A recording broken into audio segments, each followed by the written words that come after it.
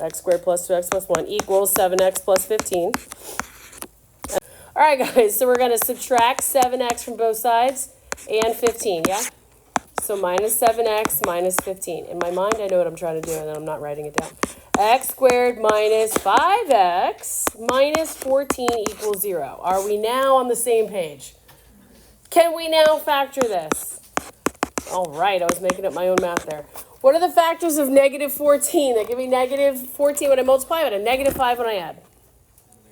Minus 7 and plus 2. So x equals 7 and x equals negative 2. Should I just pat myself on the back and say, thank goodness, I got 2 answers and move on? What should we do with our answers, guys, real quick? Let's just check them. Let's plug in 7 real quick. You don't have to write it down. I'm going to just to make sure. So if I put 7 here, 7 plus 1 equals 7 times 7 plus 15. All right, what's 7 plus 1? 8. And then 7 times 7 is 49 plus 15. What's 49 and 15? 64. What's the square root of 64? 8. Does 8 equal 8? Yes? Okay, so then x equals 7. That works. What happens if I plug in negative 2? Negative 2 plus 1. And then here I have 7 times negative 2 plus 15. What's negative 2 plus 1? Negative 1. Okay. And then I have negative 14 plus 15. Negative 1 equals, what's negative 14 plus 15? 1. Guys, does the square root of 1 equal negative 1? No. So does x equals negative 2 satisfy this equation? No. So you guys would cross it off. That's what's called an extraneous solution. It does not make the equation true. So you've got to go back and check just to make sure. I guarantee you on a multiple choice question, answer choice A is x equals 7, x equals negative 2. Answer choice B is x equals 7. Answer choice C is x equals negative 2. Right? Sometimes we really like multiple choice, and sometimes it's more confusing than anything. So make sure you're going back to check. That make sense? The 27 times I did it, because I can't add and subtract today. Let's scoot along. Oh, geez. Now look what she does, right? This is still a radical equation. It still is. It just doesn't look like it right this second. All right, let's get this all by itself. What should I do first? Subtract what? Subtract the 2, okay? So I have 2x to the 3/4 power equals 8. What? Anybody have any ideas? Say it again. You want to rewrite it as a radical? Okay, how would you do that? The 4th root of 2x to the 3rd power? You guys agree? Okay. So, I agree. That's totally fine the way you rewrote that. But how do we undo? When we had something that was squared, how did we undo it? We raised it to the what? To the 2nd power, right? If you had something, think about that. If you have the square root of x, the opposite is raising to the 2nd power. Why? Because this is x to the what? 1/2. So how would you get 1/2 to go away? You would multiply it by 2 over 1, right? If you have a fractional exponent like this, that's 3/4. When it's just 1/4, 1/3, something like that, I'll show you in a second. But the easiest way to do this, and I'm Carson, I'm glad you said to rewrite as a radical because that's what we're going to do here in a second. But the easiest thing to do is to raise it to the reciprocal. What is the reciprocal of 3 over 4? 4 over 3. So what you do to one side, you have to do where? To the other. Whenever you have that fraction, guys, remember, you're trying to get that to go away. You're trying to get it to cancel out. So how do you get fractions to cancel out? You multiply by the reciprocals. So when I say 3/4 times 4/3, just becomes what? 2x. And then how would I write this? How would I write this? 8 to the 4/3. What does that look like? Write it as a radical. The cube root of what? 8 to the what?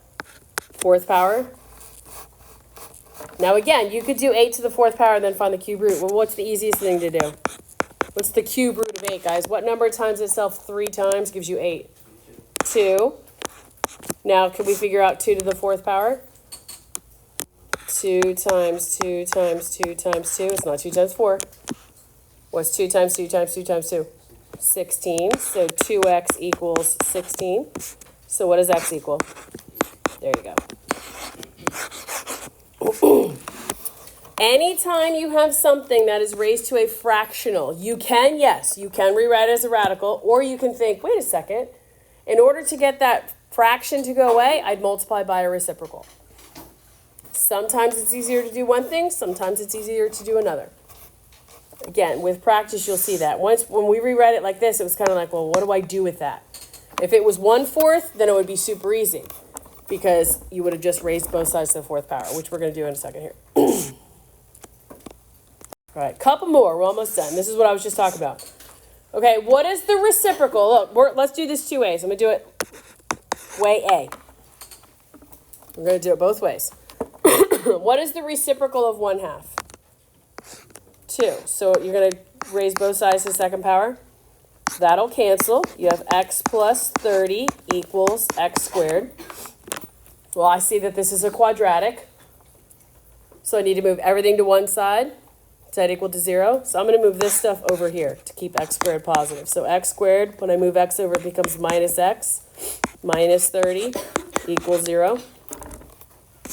Can I factor this? What are the factors of negative 30 that multiply to give me negative 30 but add to give me a negative 1?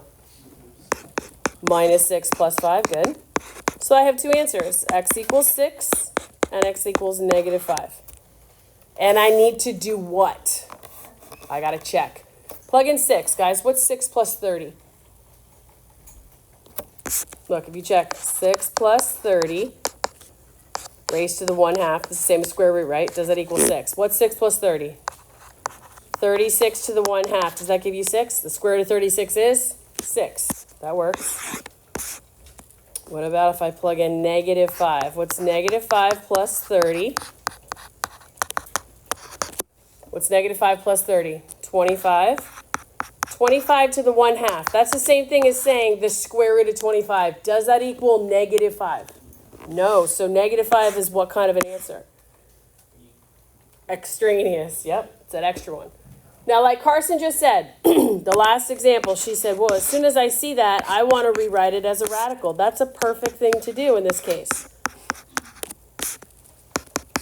If she were to rewrite this as a radical, we would get the square root of x plus 30, correct? Equals x. And then what would you do to get the square root to go away? You would square both sides, which is the exact same thing. That will always work, to rewrite it as a radical when the numerator of your exponent is a 1. If it's like 1/3, 1/2, 1/4.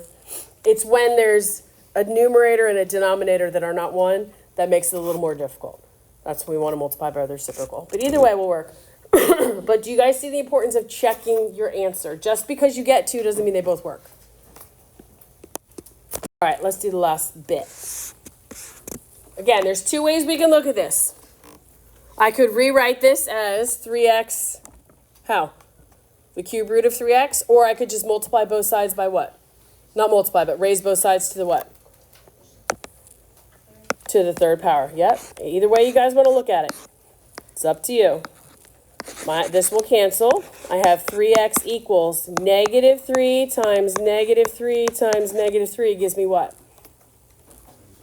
What kind of 27? Negative 27. Good. Divide both sides by 3. So what's x equal? Negative 9. Okay. If I plug that back in, negative 9 times 3 is negative 27. What's the cube root of negative 27? Negative 3. So we're good. All right, instead of raising this to to squaring both sides, I'm going to rewrite it as a radical, just because I want to see if that makes a difference. I want to look at it. How do I get that radical to go away, guys? Square both sides, good. So this becomes x plus 6 equals x squared. This is a quadratic. In all of the quadratics we've done so far, have both answers worked? No. That's a really good thing for you guys to remember. Say, hey, you know what? A lot of times when I get two answers, one of them doesn't work. I should check it. So when I go ahead and, excuse me, when I go ahead and factor this, what are the two factors of negative 6 that multiply to give me negative 6, but add to give me a negative 1? Minus 3 and plus 2. So x equals 3 and x equals negative 2. What should I do real quick? Check. Remember, raising something to the half power is the same as square root. So if I plug in 3, 3 plus 6 is 9. Whew. And the square root of 9 is square root of 9. If I plug it in, guys, 3 plus 6 to the half power, does that equal 3? 3 plus 6 is 9. 9 to the half power equals 3. Anything to the half power, that's the square root. The square root of 9 equals 3, yes? Okay, so this works. Go ahead. Let's plug in negative 2. So negative 2 plus 6 to the half power, does that give me negative 2? So 4 to the half power is the same thing as the square root of 4, right? Does that give me negative 2? No. So negative 2 is what kind of an answer? Extraneous. It doesn't work. You guys don't have to write the word extraneous. You don't do anything like that. But you do need to somehow show me, hey, look, this one works, this one doesn't. Sometimes people write this one works with an answer and this one doesn't. That's fine with me. I don't care. All right, last one. Whenever we have a fractional exponent, it's not 1 over something. The easiest way to attack this problem would be to raise both sides to what? The reciprocal. What is the reciprocal of 3/4? 4/3. So if I raise this side to the 4/3 power, then I have to do it to the other side. You always got to be fair. So this will cancel. I have x plus 2 equals. Rewrite that, guys. Remember, the denominator becomes the index. So this is the cube root of 8 to the 4th power. X plus 2 equals. What's the cube root of 8? 2. And 2 to the 4th power, remember, is 2 times 2 times 2 times 2. It is not 2 times 4. So x plus 2 equals, what's 2 to the 4th power? 16. Awesome. So your answer here is x equals 14. Check it. 14 plus 2 is 16. The 4th root of 16 is 2, and 2 to the 3rd power is 8. How did I just check that? I said, okay, 14 plus 2 to the 3/4 power. 14 plus 2 is 16 to the 3/4. Remember, this becomes the index, so it'll be the 4th root of 16 to the 3rd power. 4th root of 16 is 2, and 2 cubed is 8. So yes, it works.